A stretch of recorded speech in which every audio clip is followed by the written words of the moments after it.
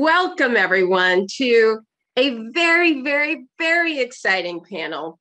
We've been introduced as the Emerging Technologies in Healthcare panel, but as you'll see from watching this panel, it is also more than that. It's emerging technologies that have implications for healthcare, but also the overall human experience. And so the people joining us today, one, Arielgarten with Muse. She's the founder of Interaxon, and she's going to be leading us on the brain. Wisniewski, who is with OVR Technologies and who is an olfactory evangelist. And you're going to hear more about what that means. I just love that. Dr. Charlton Dyer, who's going to be talking about emotions and facial sensing. And then Erika Siegel, who is a senior behavioral scientist at HP. And we're going to talk about how that all gets together in real time. I prefer on panels to do the introductions as a question. And so each of the panelists is going to take just a couple of minutes to introduce themselves. There's a secondary audio that just came in. I just heard a secondary audio. I don't know where it came from. But so what I love to do to introduce the panels is for people to be able to, for my panelists to be able to take 2 minutes to tell you about themselves, about the company, and the question, what is the problem they most want to solve with the work that they're doing? So Ariel, why don't you kick us off? Sure. Hello, everybody. It's a joy and pleasure to be here. I'm Arielgarten, one of the founders of Muse. My own background is I was trained as a neuroscientist, was a practicing psychotherapist for a decade, and I've spent the last decade since then creating brain-computer interface tools and technologies. We make this device and this device. These are all Muses. Muse, the brain sensing headband, helps track your brain during a variety of activities and give you real-time feedback to help you meditate. It helps you answer the question of, am I doing this right? And it also tracks your sleep and can help you improve your sleep. Aside from that, it is a really portable, convenient tool that interfaces between your brain and any technology, which means that we have exciting things that we've been doing for VR. We have tons of researchers that use Muse for real world research and neuroscience, and developers that create cool applications on top of it. And in terms of my own personal passion, it's to help everybody understand that the stories that we tell ourselves that create jails in our own mind when we believe we're not good enough, we're not capable, this isn't going to work out, that we actually have the power to understand and rewrite those stories by being able to understand how our psychology and how our neurology works, and reframe our experience of life through re-understanding and reimagining the world through our own brains and minds. Great. And on to you, Aaron. Hi, everybody. Thank you, Walter. Thank you, Nicole. My name is Aaron Wisniewski. I'm a co-founder and CEO of OVR Technology, where we believe that immersive technology has this incredible power to change the way that we think, the way that we learn, the way that we play, and the way that we heal. And that one of the keys to unlocking that potential is our oldest and most primal sense, our sense of smell. And I've spent the last 2 decades of my career being obsessed with what is smell, and how do we understand it and apply it to things in our life that affect our mood, our memories, our emotions, and our behavior. So at OVR Technology, we have the advantage, and I have the privilege of working with a number of people who have decoded our complex sense of smell and have been able to port it into the digital and virtual world. And so we're using this olfactory virtual reality technology to enhance human outcomes in everything from education and training to healthcare, well-being, relaxation, de-stressing, and even the kind of blissful, beautiful, intangible moments that we get, like smelling grandma's cookies or fresh cut grass. So I'm really excited to be here and continue this discussion with all of you and look at what all of us are doing now and the potential it has in the future. Wonderful. Charles? Hi, my name is Charlton Dyer. I'm calling in from the UK. I'm a surgeon by background, but I've been spending the last, 10 years now developing technology to help us understand emotions. How? Well, there's a technology called electromyography, which is to sense muscle activity under the skin. It's things that you can't see, but which are there nevertheless.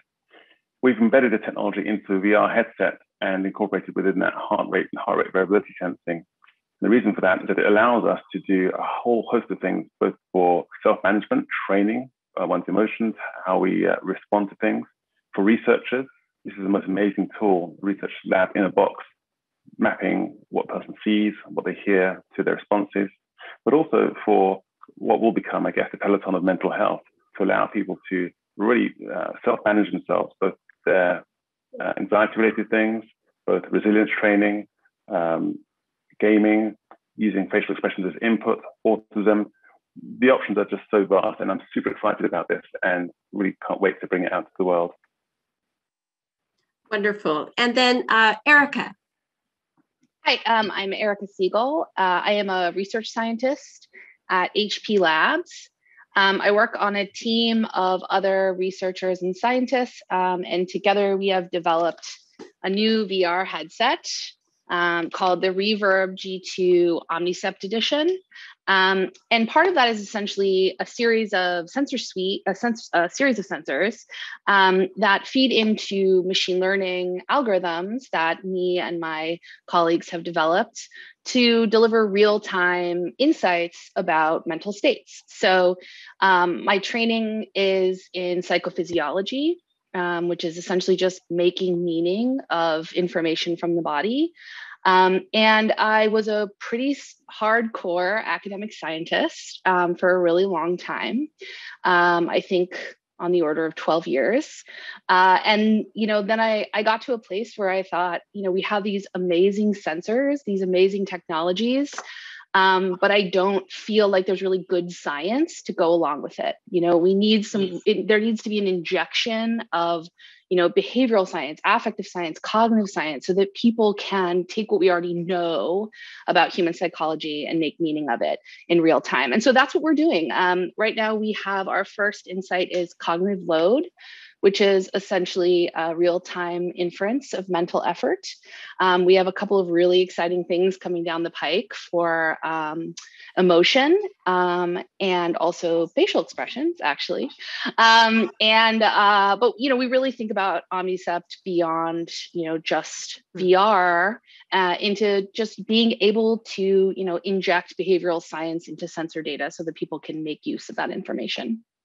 That's great. That actually, I'm going to reorg things a little bit. That leads into a really great set of questions, actually, that Aaron mentioned in one of our prep calls. That has just been a fantastic way, I think, of looking at things, which is, for each of your areas, what really is the Holy Grail of what would advance the research, and then also what would advance the, adoption / business of these devices or these technologies being widely used.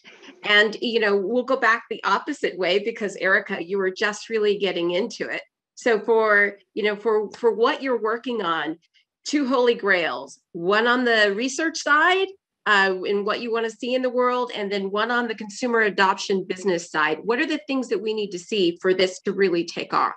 That's a really great question. So on the science side, I think I showed my hand a little bit.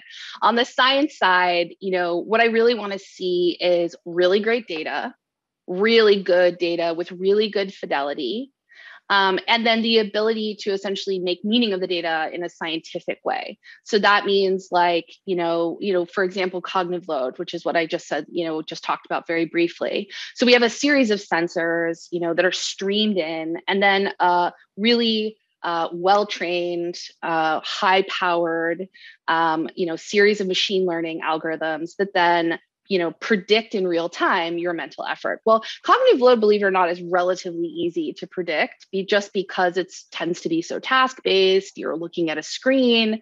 But there are a lot of them that are much more complicated than that.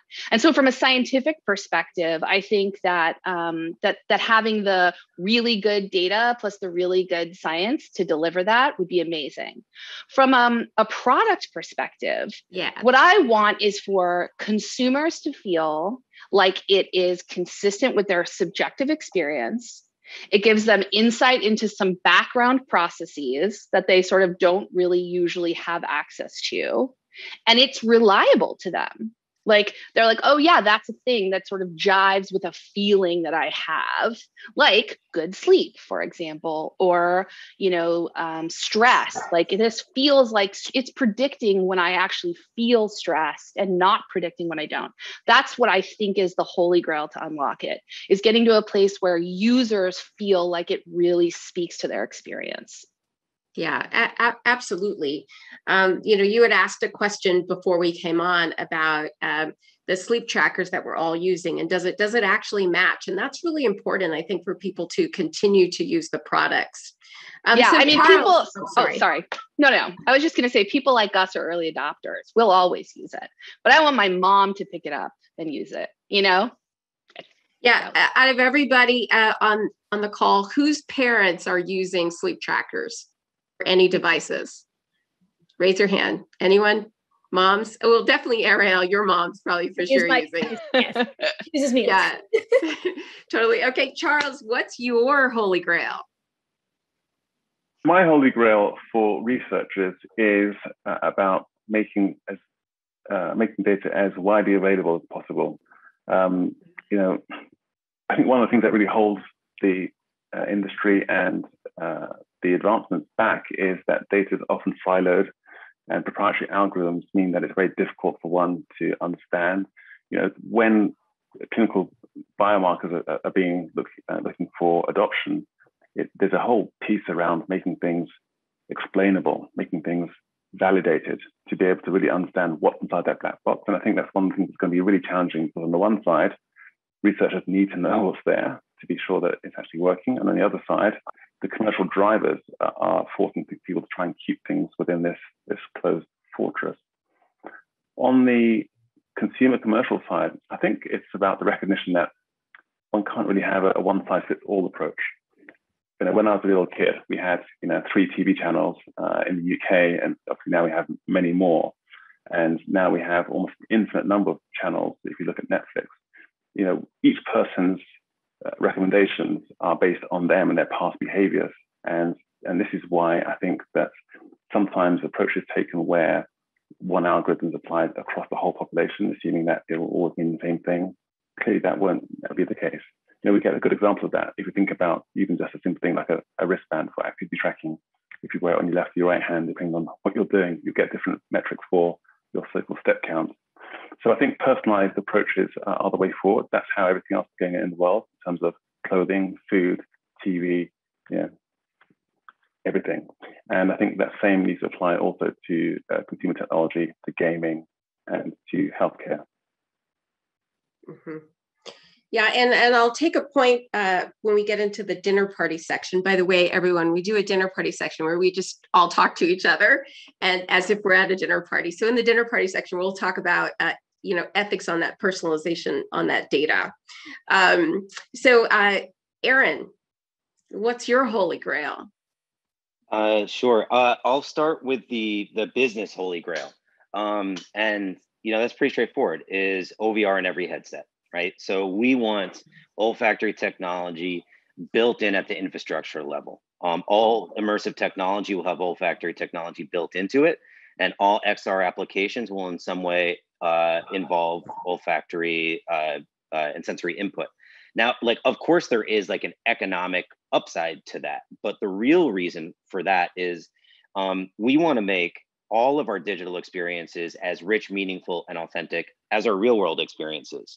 And even though our sense of smell is kind of historically undervalued and misunderstood and underrepresented, it plays a huge role in our in who we are. Our sense of, just for example, our sense of smell is thought widely to even dictate who we fall in love with and who we make babies with. A lot of people don't know that. Kissing is a way for you to sense another person's kind of olfactory signal and get a sense of their immune system and their genetic makeup and decide whether or not it's a good match. A lot of people don't know that, but I think that's a really interesting fact. So our sense of smell plays this unbelievably critical role in our everyday lives. And it's for survival, but it's also for joy and pleasure. So to be able to bring that complexity and that richness into the digital world is my personal vision. And that will happen when olfactory is woven into immersive technology like that.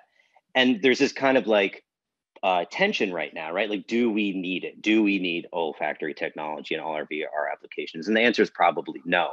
But we don't need a color TV with surround sound to know what's going on the screen. We can watch a black and white TV with subtitles and get the picture, right? We can understand the storyline. But there's no black and white TVs for sale at Best Buy because the quality of the experience makes a difference. So that's where I see it. And this, VR and XR is where the internet was 20 years ago. So this is kind of a future that I see happening with or without us. But like the how that future affects us as humans is going to be a result of like kind of who builds it. So we want to be the people who build the olfactory portion of that future that is just exciting and it's inevitably coming. Now, from a research perspective, I completely agree with Erika and Charles and Ariel that there needs to be a set of kind of like best practices. There needs to be more research and the data needs to be meaningful. Otherwise, it has the danger of it not being trusted, and people need to trust the data in order for it to be meaningful to our lives and continue to progress. And for me, that's interesting in two ways, right? Sense of smell is an input, and we can measure the effect of that input using all of these sensors and using VR. Like our sense of smell is historically not studied that much, and we don't know the physiological effects. And this is the first time where we can get large scale data in real time about the physiological effect and the measurable outcomes that our sense of smell has on our emotions, on our behaviors, on our motivations, and our memories. And then we can adjust how we use it to be like a real tool, not just kind of a luxury that we see in a perfume bottle or an air freshener. Mm-hmm. Yeah. So two things. One, I know personally that sense of smell can affect, how you feel about someone. So I know what you're talking about. And then the second thing, I'm also interested in spaces and places. I think eventually we're going to have high performance buildings where, there'll be labels on the front, like this building might make you happy. This building might make you focus. And there'll be a variety of things in there. So maybe our augmented glasses also have specific scents for specific asks. So I imagine that that's going to happen. And that's actually a great segue to Ariel, because in addition to all of the amazing things that they're doing at Interaxon and Muse, she has a personal interest in, or she has a research interest in scent. So Ariel, for Interaxon and all of the things that you're doing way beyond the original Muse, what is your Holy Grail? Sure. So, by the way, scent is so exciting to me, and I'm excited to like jam further on it with Aaron. The Holy Grail for the brain is, there's a few different ways that you can look at it. You've got the sci-fi version of my brain is going to meld with technology, but we're very far from there, and we may or may not actually want that. So I kind of want to walk back from that Holy Grail. The near-term realistic Holy Grail is one in which you are using for example, VR system, and you can have some basic amount of give and take between your brain and the technology. So perhaps the technology is able to know when you're focused or when you're relaxed or when you're frustrated, although that's getting more into mood sensing, or the technology will be able to know when you're attentive, when your mind is wandering. These are very basic signals that can then change the environmental experience. So you want to be able to have a link, and then you want to have experiences that are actually meaningful. So we've had a lot of people create actually very cool stuff with Muse. With the existing Muse form factor, you can use it with a VR headset. We've had quite a number of developers create actually really cool experiences that the environment changes during a meditation experience, or the environment changes as you go through different states of mind. And so creating a real library of content and a sufficient number of people who have both technologies simultaneously, because you need enough of a marketplace, you need enough of an install base of people with EEG devices that will be able to talk to their Oculus Rifts and all HTC Vibes and whatever it is. And then you need the sufficient amount of content to make it worth it, like worthwhile integrations and experiences. So there's a whole, sort of three separate Holy Grails there to come together in one. And then on the research side, it's of course identifying the algorithms and then being able to use that data in a meaningful way to see outcomes like, improved relaxation or improvements in stress response, or improvements in PTSD. There's both the healthcare side as well as just the entertainment side to do research on. Awesome. Well, I too am, so Ariel, as you know, when we first started Transformative Tech, you were one of the very first people that we connected with and reached out to because your work and you all have been so, original really in this space.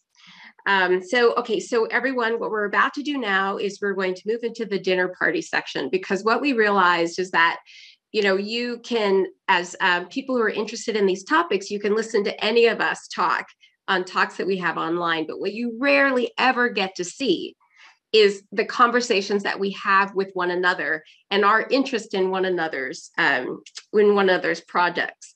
And one of the things, by the way, so we have a Q&A afterwards. So you'll also get to ask questions there and your individual questions, but now we're going to move into what I call the dinner party. And so the way that this goes is there's some questions that I'm going to throw out, but each of the panelists gets to ask other people on the panel questions about what they're interested in. And so that's where you get to see the things that you might not normally think to ask about as a viewer, or that you might not normally get to hear. So the one that I'll kick off with is really about to everyone. And Aaron, maybe you can start. What are the collisions between the different senses that we want to see happen that we aren't seeing yet? And what are the new collisions that we'd like to see? And we'll just kick it off that way. So Aaron, tell us about a collision that you'd like to see with Ariel or with Charles or with Erika. That's kind of a big question. So I'll start in the spot that makes the most sense to me. And I think we touched on this once before too, which is basically like, in this room, we're both measuring outputs and we're creating inputs. And so both Charles, Ariel, Erika, I think you all mentioned the inputs, which is a lot of audio, it's a lot of visual, and then in my case, it's olfactory inputs. So the collision that I would like to see is as that feedback loop is kind of becomes standard, and this is kind of a question I have for everyone too, is like, where are we at in the progression of now to our Holy Grail? But I want the collisions between olfactory and sensory inputs to run alongside the outputs in the form of that data. Can I ask you a question, Aaron? Yeah. So when you say inputs, you mean sensory inputs?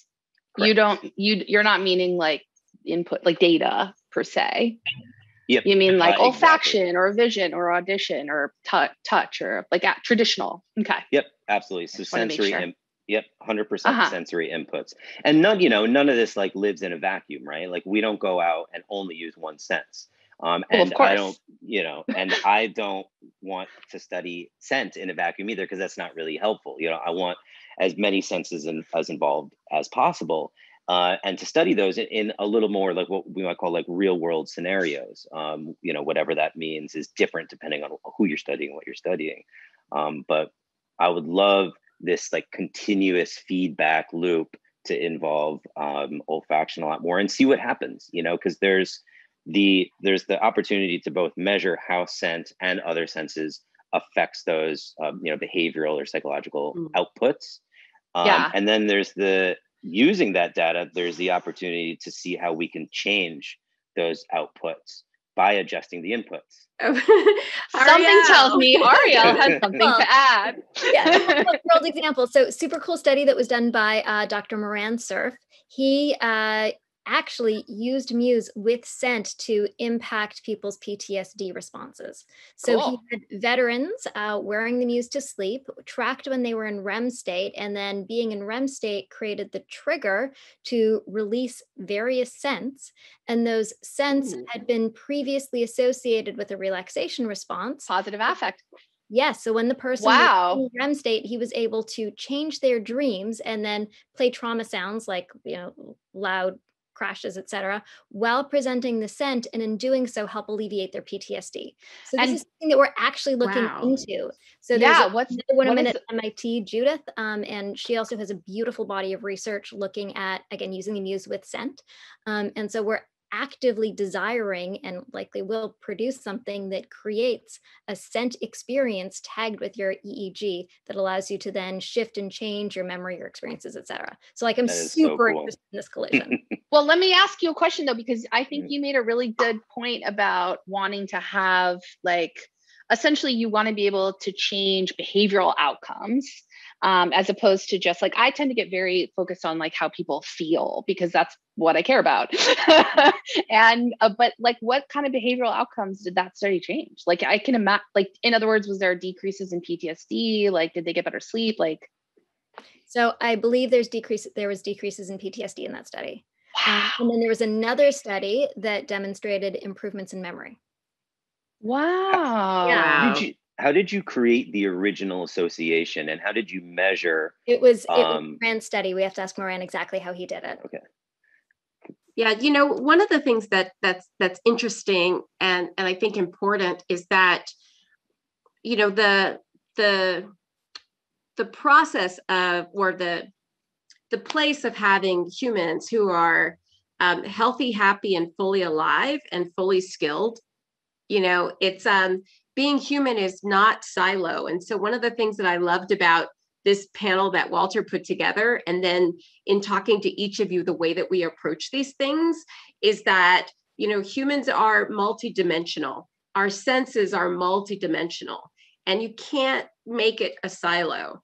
And so I love, Ariel, that, you at Interaxon, beginning with the brain, but really touching out to all of these different senses.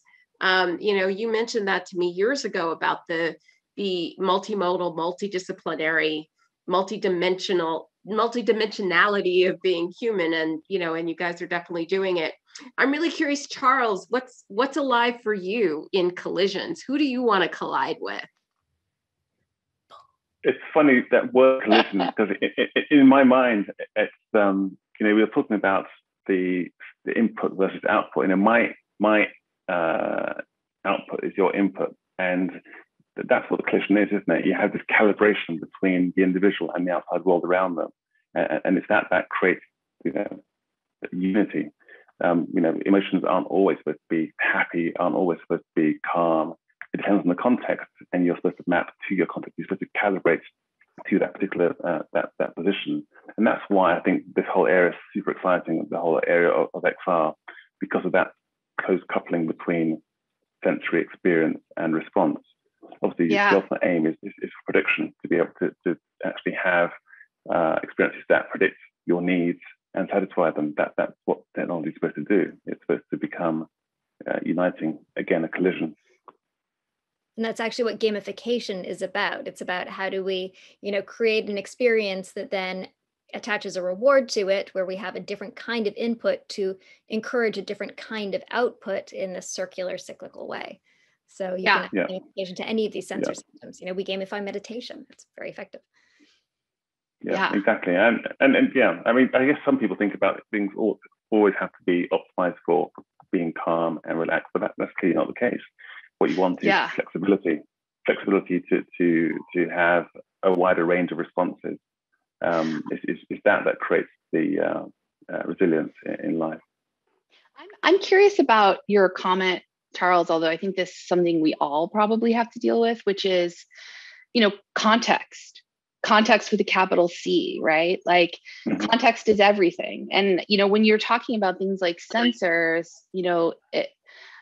talking like you're talking about, right? Interpreting the context is incredibly important.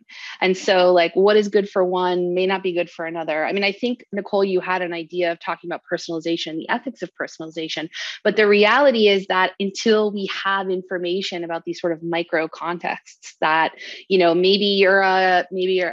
is several of us have a shared colleague, Lisa Feldman Barrett. And one of the things she talks about all the time is maybe you're a professional tarantula handler. And for you, seeing a tarantula is incredibly positive. Yeah. But for most people, a tarantula is abjectly terrifying. And so knowing more about an individual gives you the ability to make these kind of like meaningful connections with technology. But like you were mentioning, Nicole, it's like there are some ethical conversations that need to happen there.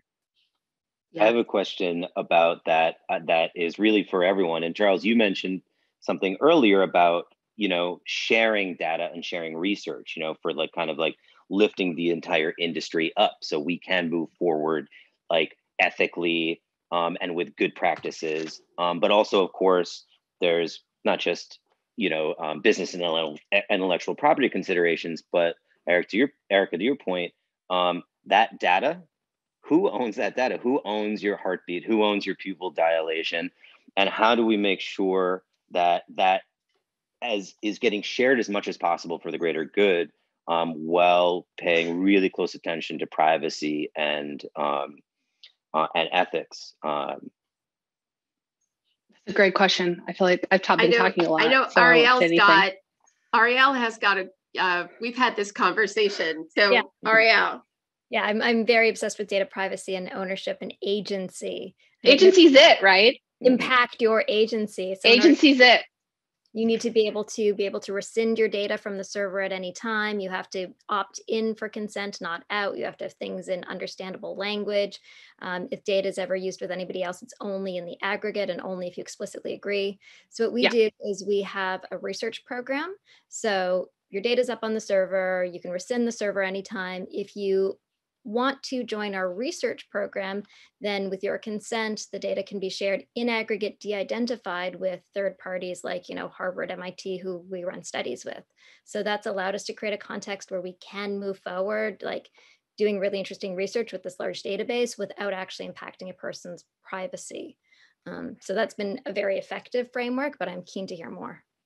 We, as part of the cognitive load inference, we released what was essentially our testing data set, and wrote up a technical report just because, there's a lot of, this gets to the point that I've heard everyone say, which is like, there's not enough transparency in AI. Like, we don't know what the algorithm is. We don't know how the algorithm works and so on and so forth. And, so we wrote up the whole pipeline and the algorithm and the architecture and so on and so forth. But as part of that, we released a small subset of data, and there's a ton of data in there, because of course it's like, we sample every 10, 20 milliseconds. And then, over a 30-minute task, that's a lot of sensor data. And I think, we spent a lot of time going through, the pros and cons of that. But at the end of the day, open science is really important to be able to validate the information that we need to be able to this is called an emerging technologies and healthcare panel for a reason. Like, some of these data are real, honest to God health data.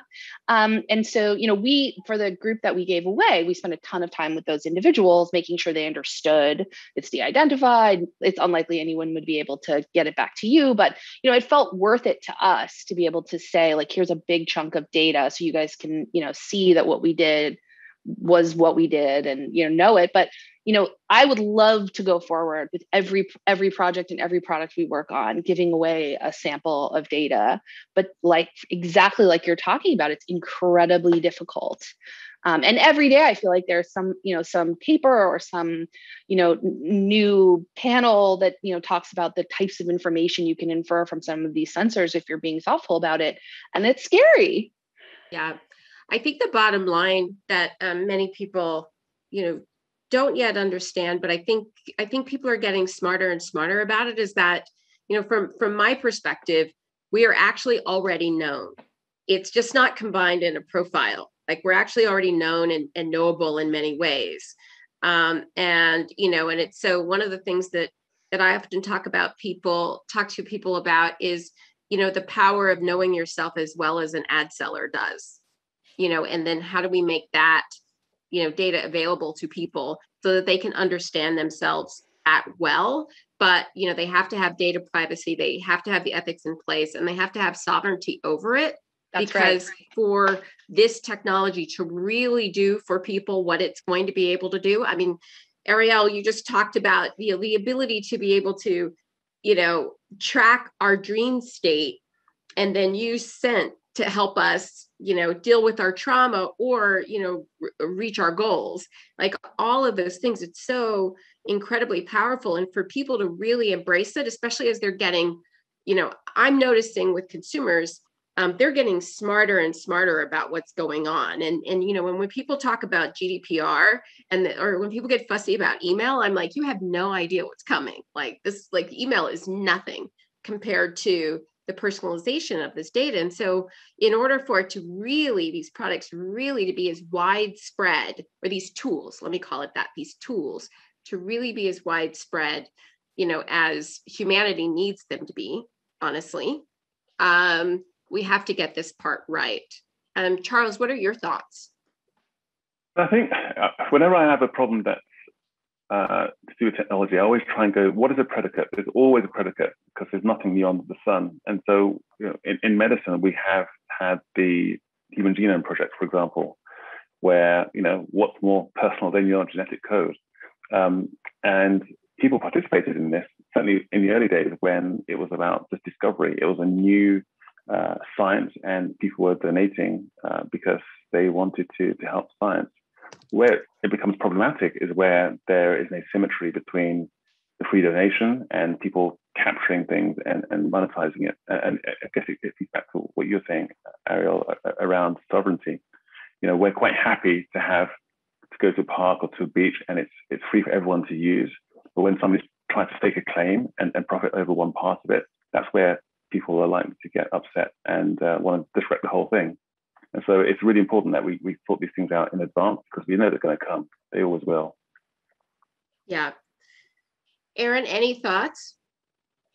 Yeah, a few. I think so. A question for us too. I guess it's two questions. We're in, like you pointed out, we're in the emergent healthcare technologies panel.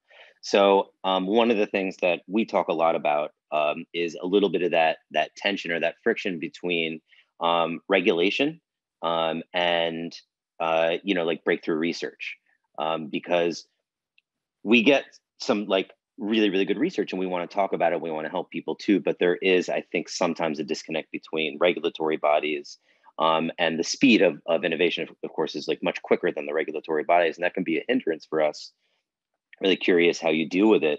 And semi-related, but not really, is when we're talking about kind of data privacy and the kind of the coming of the metaverse, right? When XR is really, really prolific.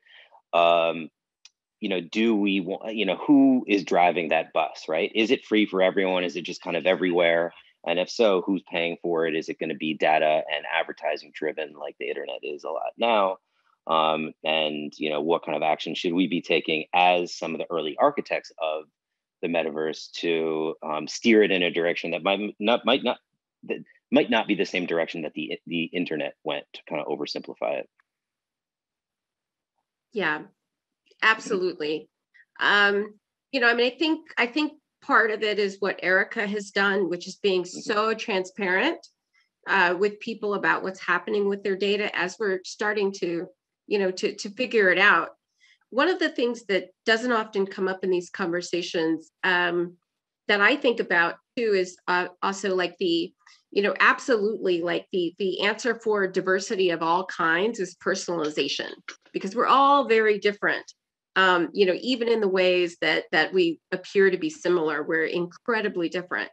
And then there's the far side of personalization, in the sense that I think we have to be careful that our personalization is not Amazon style personalization. It's not shopping engine style personalization, because shopping engine style personalization only shows you things that you've liked in the past, or people that the engine believes that you are has liked. And, and this goes back to what you said, Charles, about, the full emotional range is an essential part of being human. Part of becoming a healthy adult is to have, just to experience things that you like and to experience things that you don't like, and to form an opinion about that. And so I think we also have to think about personalization and always have like a little bit of a range that's almost like the random number, generator, like something. It's sort of like, lucky card, where there's always a little bit of something where we intentionally leave a bit of wobble in there, so that people are exposed to things that are not, just what they thought they would like, so that we can sort of like maintain that diversity. Yeah. That's such a good point. Somebody told me this. I don't know whether this is true or not, but it's apocryphal. We have in England, we have this sort of theme, these holiday parks with a huge geodesic dome, and you have these amazing tropical trees inside of them. And apparently these trees, they grow and they grow really, really tall. Then they fall over. Why? Because they've only ever been in this environment that was really, really cocooned, no winds, no storms. And so the roots never really became strong and embedded, because there was no need. There was never any stress or strain.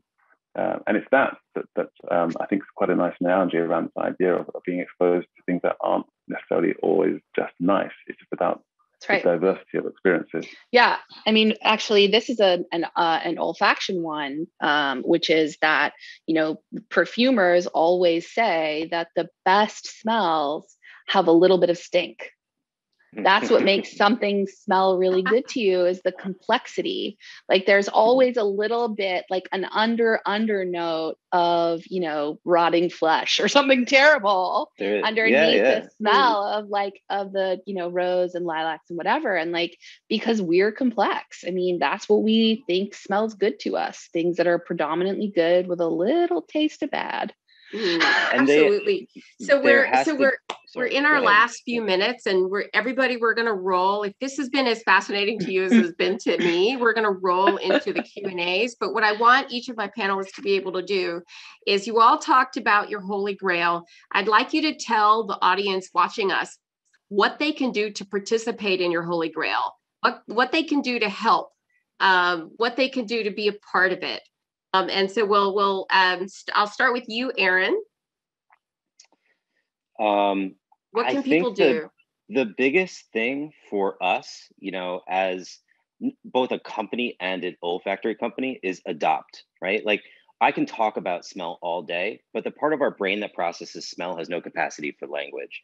So what people really need to do is experience this for themselves. They need to experience olfactory virtual reality. We launched a wellness platform called Inhale, where you get to do meditation and you get to be in nature.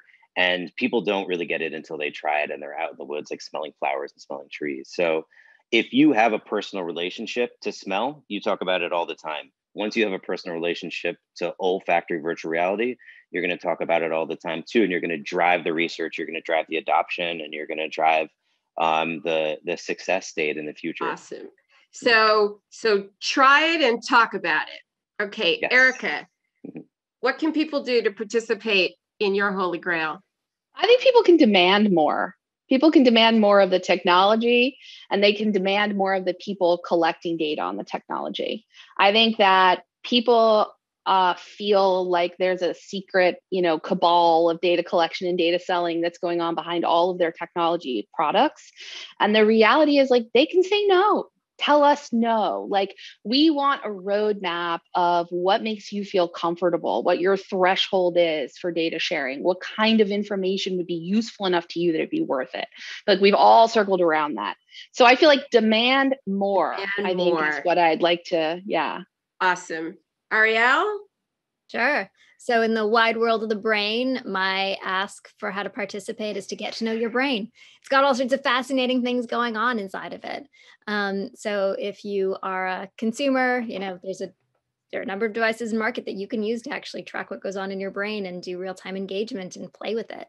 If you're a developer, we have a suite of developer tools that allow you to create experiences with EEG inputs, with visuals, audio, etc. So, okay. And one last, so Charles, take us out. How can we participate? I think this question of just give us ideas.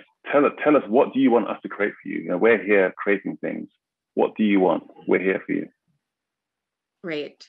Thank you so much. Okay, everybody, thank you so much. We will see you in the Q&A. You can follow us in. And Games for Change team, thank you so much for this opportunity. We'll see you on the other side. Bye, everybody.